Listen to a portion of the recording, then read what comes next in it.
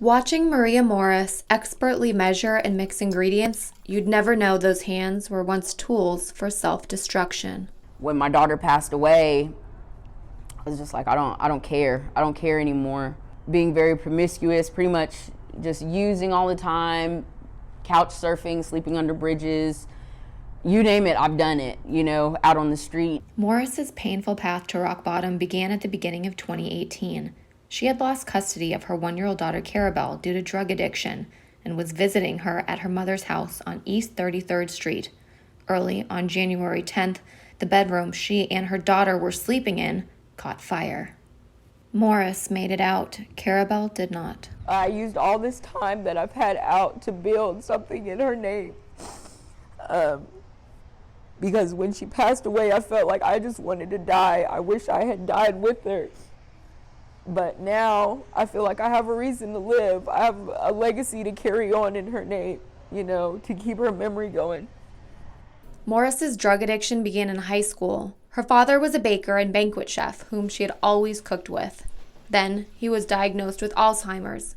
He passed away when she was a senior. I just watched him slowly deteriorate. Me and my dad, we were really close.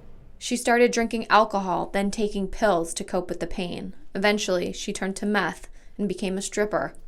Then Morris got pregnant, but the baby girl growing inside of her couldn't stop the pull of her addiction. On March 22, 2016, Carabelle was born with meth in her system and taken away. Morris didn't give up. She enrolled in Tulsa Tech, determined to have a better life for herself and her daughter. I really just kind of closed my eyes and just picked a program at Tulsa Tech, and it ended up being culinary. She excelled in her classes. Student of the year her first year, first place in a state competition. Her second year, she received first place in a state competition and third in nationals. At the end of 2017, Morris began to fall back into her addiction. She signed herself up to go to rehab on January 19th. Instead of following through, Morris would be recovering from the fire. I remember my daughter, she didn't want to go to sleep that night. And usually she's really good about her bedtime. She just looks at me and she says, "Night, night, mommy, love you." The next thing I know, I wake up to someone yelling. Morris says when she got up, the whole room was full of smoke. And it was so hot. It felt like somebody had stuck me in an oven. It was so hot. And I panicked, and the first thing I did was punch the window. And I just swan dived out the window. And my brother, he comes around the house and he's like, where's Carabelle?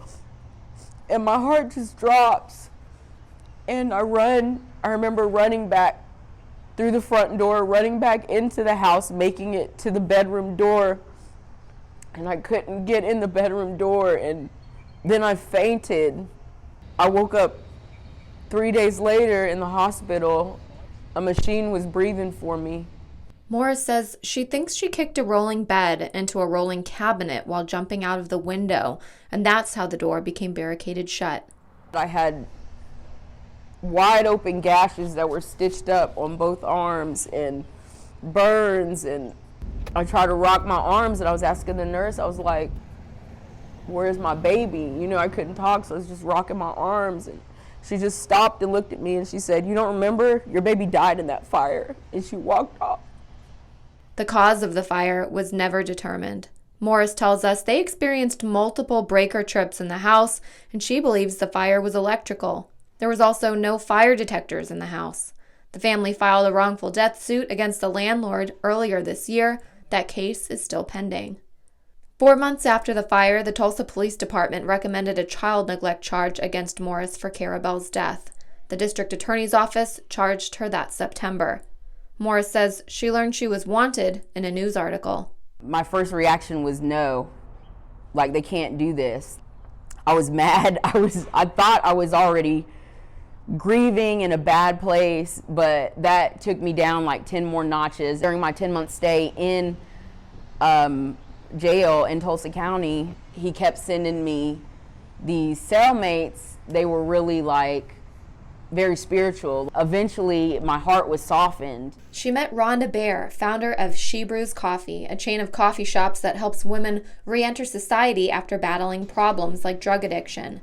Morris was looking at 15 to 20 years, but the judge sentenced her to 10 and ruled it would all be suspended if she committed herself to the Just the Beginning treatment program, in addition to some other requirements.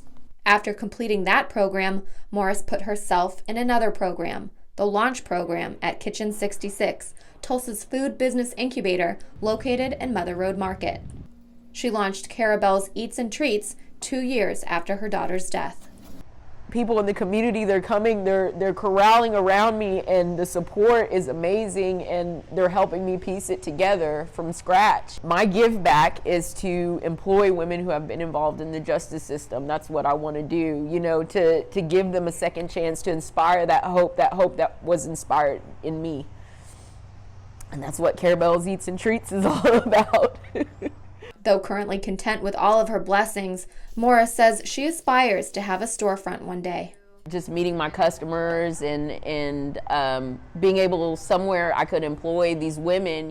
For now, she's able to do that at She Brews, where she works as their lead barista, and Kitchen 66, where she mentors justice-involved women who assist with her catering business. It makes it all worth it. It makes the late nights worth it. It makes the early mornings right after that worth it. A more righteous life is the only way I'm going to get back to her. And that's what I keep in my head. So I have to keep going down the straight path, you know, the straight and narrow path, because I want to see her again.